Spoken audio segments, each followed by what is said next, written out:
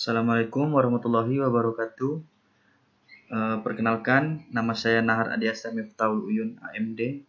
Saya peserta Latsar CPNS Gelombang 3, Angkatan 47, Kelompok 2, Kabupaten Kapuas Hulu. Di sini saya akan menjelaskan tentang anti korupsi dan sikap pribadi anti korupsi. Yang pertama, pengertian korupsi.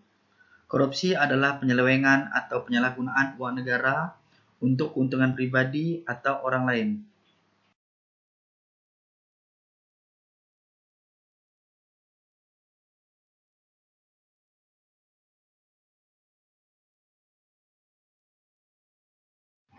Penyebab korupsi.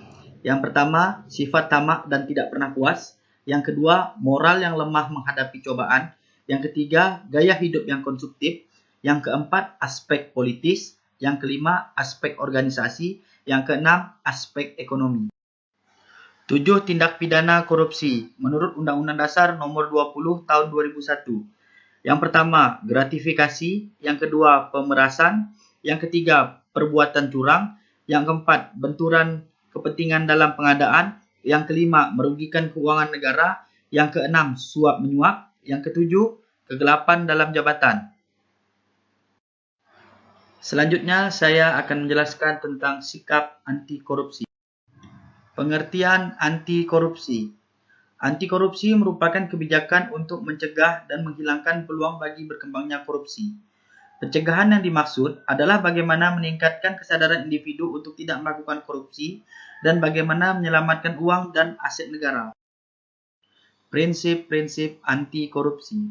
Yang pertama, akuntabilitas. Yang kedua, kebijakan. Yang ketiga, kewajaran. Yang keempat, transparansi. Yang kelima, kontrol kebijakan. Selanjutnya, 9 nilai anti korupsi. Yang pertama, tanggung jawab. Yang kedua, disiplin. Yang ketiga, jujur. Yang keempat, sederhana. Yang kelima, kerja keras. Yang keenam, mandiri. Yang ketujuh, adil. Yang kedelapan, berani. Dan yang kesembilan, peduli. Pernyataan sikap pribadi anti korupsi. Saya, Nahar Adiasa Miftahul Uyun. Saya sebagai generasi muda Indonesia sangat tidak setuju terhadap tindak korupsi. Ayo kita tingkatkan kejujuran kita. Generasi muda, bebas dan anti korupsi. Sekian dan terima kasih.